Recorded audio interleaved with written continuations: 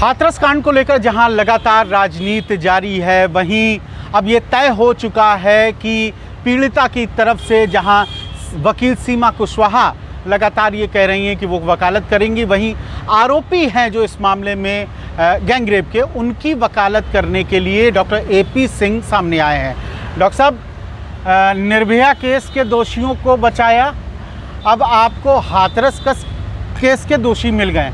मतलब ऐसा क्या होता है कि गैंग रेप केसेस के ही दोषी आपको टकराते हैं? नहीं, हमारे पास गायत्री मिशन संस्थान परिवार के डॉक्टर प्रणब पांडा में विक्टिम की तरफ से था, पीड़िता की तरफ से था, लड़की की तरफ से था।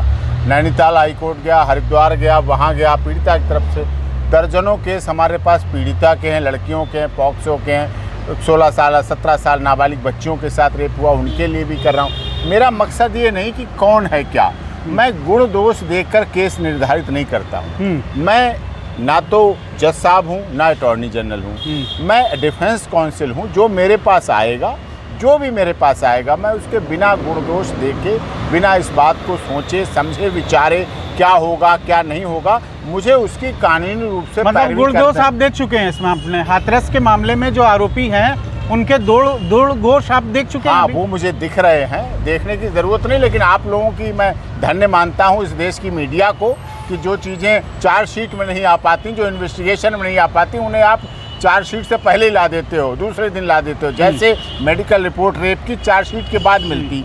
तो प्राइमरी, अच्छा ये बताइए, प्राइमरी केस आप देख ही चुके हैं जी, अब बताइए प्राइमरी केस में आपको क्या फाइंडिंग दिख रही है? प्राइमरी केस ये है, हाँ, जैसे गांव में सभी लोग रहते हैं, ऐसे पीड़िता भी रहती थी, पीड़िता की माँ भाई भी रहता था। हाँ। उसके भाई का नाम संदीप है। हाँ। पीड़िता के जो भाई हैं उसको इस बात का शक हो गया था कि पीड़िता का गांव के एक लड़के से अफेयर है, दोस्ती है। इस बाबत पहले झगड़ा भी हुआ था, उस पर मनादी भी हुआ। उसके बाद उस लड़के को, वो लड़का भी संदीप है, उसको दिल्ली भेज दिया गया था। 6 महीने बाद वो गांव गया।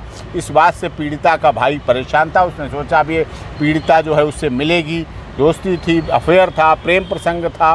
तो इस बात को लेके उसे कुछ शक लगा। इस बात को लेके पीड़िता के भाई संदीप ने उठा के उसे पटक के पीटा, दंडित करना चाहा। वो बच के भागी तो तारों की बाड़ लगी होती, उसमें घुस गई जाके, उसकी जीभ और चेहरे पे चोट आई। फिर जो उसे उठा के पटका था, इससे उसकी रीढ़ की हड्डी टूटी, जिससे उसकी इलाज हुआ। इलाज होते होते उसकी सफदरजंग आई, आगरा अलीगढ़ सफदरजंग में आके उसकी अंततः मौत हो गई। क्योंकि अस्पतालों में आके जहाँ पॉलिटिकल मामला होता है, वहाँ संभलने के बजाय, ज़िंदगी मिलने के बजाय, जीवन बचने के बजाय वहाँ मौत मिलती है। वहाँ से ले जाके वहाँ उसका अंतिम संस्कार होगा। सिंह साहब, सीओ ने, हाथरस के सीओ ने बयान लिया था, उस लड़की के बयान में उसने कहा आपके साथ रेप हुआ है। वो डाइंग डिक्लेरेशन है अपने आप में। वो अलग बात है कि अब कोई देखने को तैयार नहीं है। 11 दिन के बाद, उस 14 सितंबर को घटना होती है और उसके 11 दिन के बाद उसका स्टेटमेंट रिकॉर्ड किया जाता है। मजिस्ट्रेट तुरंत बुला के उसका 164 का बयान किया जाना चाहिए था। वो लैप्सेस है, यानी कि साफ तौर पर आप उनके वकील होने के बाद उनके उन लैप्सेस का फायदा उठाने जा रहे हैं। नहीं, ये कहिए। मैं फायदा नहीं, उत्तर प्रदेश सरकार और उत्तर प्रदेश पुलिस की जो लैप्सेस हैं, उनका फायदा कहीं ना कहीं आरोपियों को मिलने जा रहा है, आप ये कह रहे हैं? क्या ये सत्य नहीं है कि FIR अंडर सेक्शन 307 में दर्ज हुई? क्या ये सत्य नहीं है कि पीड़िता का निश्चित रूप से बचाने की कोशिश करेंगे। वो तो क्यों आज उन्होंने, आज डेड बॉडी लाके उन्होंने जला दिया, ये अपने आप में ये प्रमाणित करता है कि क्या आपको नहीं लगता है कि बहुत से मामलों में बाद में बोर्ड गठित हुआ और बोर्ड गठित होने के बाद उसका पोस्टमार्टम होता तो तमाम चीजें बाहर निकलती, लेकिन वो अब निकल नहीं पाएंगे? AP सिंह साहब, क्या पीड़िता की माँ के बयान, जो पहला बयान है, उसमें उसने किन्हीं 4 मुलजिमों का नाम लिया? वो तो कह रही है कि जब मैं पहुंची तो वो घायल अवस्था में मिला, तब तक ये लोग भाग चुके थे। कहाँ भाग रहे थे? वो भाग चुके थे। वो कह रहा है संदीप ने मारा है इसे, संदीप उसका लड़का है। वो ना रेप कह रही, ना गैंग रेप कह रही। सीओ के बयान में, सीओ के बयान में दुनिया, सीओ के बयान में AP सिंह साहब, सीओ के बयान में साफ तौर पर, जब वो अस्पताल में है, अलीगढ़ के उस अस्पताल में है, सीओ के बयान में बाकायदा सीओ पूछ रहे हैं कि क्या आपके साथ रेप हुआ? वो कह रही है हाँ, मेरे साथ गलत हुआ। ये रेप की परिभाषा, ये हाँ गलत हुआ। क्या गलत हुआ? अरे हाथ पकड़ के खींचना भी गलत है, धक्का देना भी गलत है, मारपीट करना भी गलत है, जिसकी जीभ कटी हुई है, जो बोल रही है, अगर उस जीभ से बोल रही है, जिसकी रीढ़ की हड्डी वो बोल रही है, उसी जीभ से बोल रही है, फिर या तो ये कहो वो बयान देने की स्थिति में नहीं थी, या तो उस बयान पे कहो कहीं उसने ये नहीं कहा रेप हुआ, कहीं उसने गैंग रेप नहीं कहा, कहीं उसने नाम नहीं बताए, कहीं उसने कुछ नहीं बताया। उस ट्रॉमा को आप समझिए। हम साहब उस बच्ची की उस 19 साल की दलित बच्ची की उस दलित अरे सर सुनिए हमारी भी अवस्थी जी सुनिए, दलित के बीच में आप खाई मत पैदा कीजिए, दलित और सवर्ण के बीच खाई मत पैदा कीजिए। ये सब देखे जाति क्षेत्र भाषा संप्रदाय, इससे केस को मत जोड़िए। सब केस सबके लिए बराबर होता है, इन्वेस्टिगेशन अच्छी होनी चाहिए। बिल्कुल मैं मान रहा हूँ, संप्रदाय मैं मान रहा हूँ, वो एक दलित की बच्ची है, ये एक जातियां एक सच है, इसलिए मैं ये बोल रहा हूँ। दलित की बेटी है, उसके भाई का बयान है कि वो पढ़ी लिखी नहीं है, इसलिए हो सकता है तमाम बातें वो ना बोल पाई हो।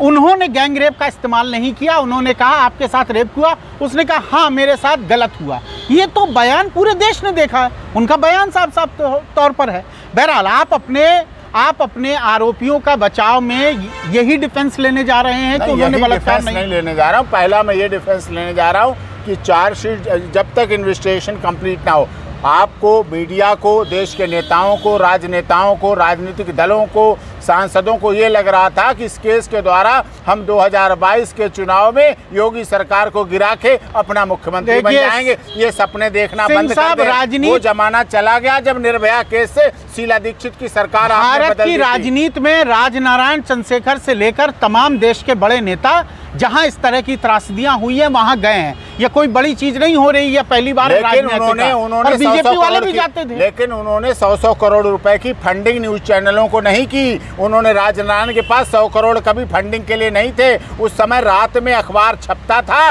दिन को बिकता था। आज कुछ चीजें रात को बिकती हैं, दिन को अच्छा अब आप पर एक आरोप, जैसे ही ये खबर आई कि आप उनकी तरफ से वकालत करने जा रहे हैं, आप पर सबसे बड़ा अब ये आरोप लग रहा है कि चूंकि वो क्षत्रिय बिरादरी के हैं, क्षत्रिय आप हैं, इसलिए आप उनकी पैरोकारी करने जा रहे हैं। मेरा दोष है मैं क्षत्रिय बना, मेरा दोष है मेरे माँ बाप ने मुझे वकील बनाया, मेरा दोष है मैं इतना लंबा चौड़ा बन गया कि ये पूरा केस मेरा दोष थोड़ी है, मैं क्षत्रिय पैदा हो गया। इतना मानते हैं कि क्षत्रिय और दलित के बीच में झगड़ा हो रहा है? नहीं है। अगर हम डॉक्टर भीमराव और इसीलिए करणी सेना पहुंच रही है, डॉक्टर भीमराव इसीलिए करणी सेना पहुंच रही है, वहाँ पंचायतें क्षत्रियों की हो रही है। जब क्षत्रिय पंचायत, गाँव की पंचायत पे ही प्रश्न है, गाँव की पंचायत पे ही प्रश्न है। तो गाँव की पंचायत सच के साथ है, वो सच के साथ है। गाँव के लोग मीडिया के दबाव में नहीं आएंगे। करणी सेना का एक वीडियो आया, उन्होंने कहा कि वो बेगुनाह है बिना ट्रायल के। अभी तो ट्रायल नहीं कंप्लीट हुआ, सीबीआई को जांच ही नहीं है, अभी तक सीबीआई ने जांच नहीं पूरी की। उन्होंने कहा ये हम मान रहे हैं, हमारे बच्चे ऐसा कर नहीं सकते, इसलिए उन्हें जमानत दी जाए। वो तो पहले ही फाइंडिंग कर रहे हैं,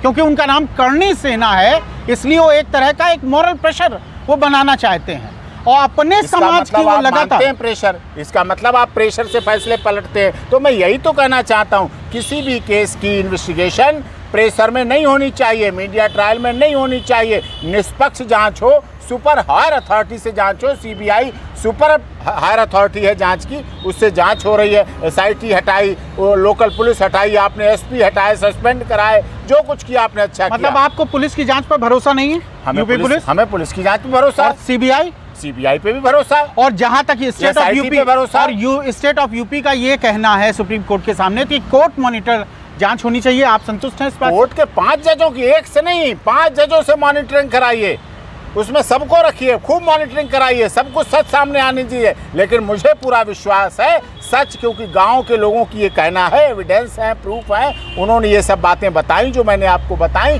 उस आधार पर केस दूसरी तरह से जाएगा। और जो पीड़िता है, पीड़िता के परिवार, पीड़िता तो अब नहीं रही दुनिया में, दुखद है, नहीं तो वो होती, न्यूज़ के बयान होते, सब कुछ सामने आता, दूध का दूध पानी का पानी होता। लेकिन अब दूसरे के बयानों पे ही होगा और पीड़िता का परिवार दोषी माना जाएगा। बहुत संक्षेप, आपका अगला और ये बरी होंगे। आपका अगला एक्शन क्या होने जा रहा है? अगला एक्शन, अब आगे का जो भी प्रोसीजर है उसको करेंगे। इन्वेस्टिगेशन होने दीजिए, जांच होने दीजिए, आगे जो भी हमें डिफेंस का है वो डिफेंस का करेंगे हम। बहुत बहुत धन्यवाद। फिलहाल सुप्रीम कोर्ट ने जो महत्वपूर्ण सुनवाई करी, उस सुनवाई में उन्होंने उस पीड़िता के परिवार की सुरक्षा को लेकर एक बड़ा सवाल उठाया है, और ये सुरक्षा कैसे सुनिश्चित होगी ये भी सुप्रीम कोर्ट जानना चाहता है। लीगल रिपोर्टर विप्लव अवस्थी, दिल्ली। गए।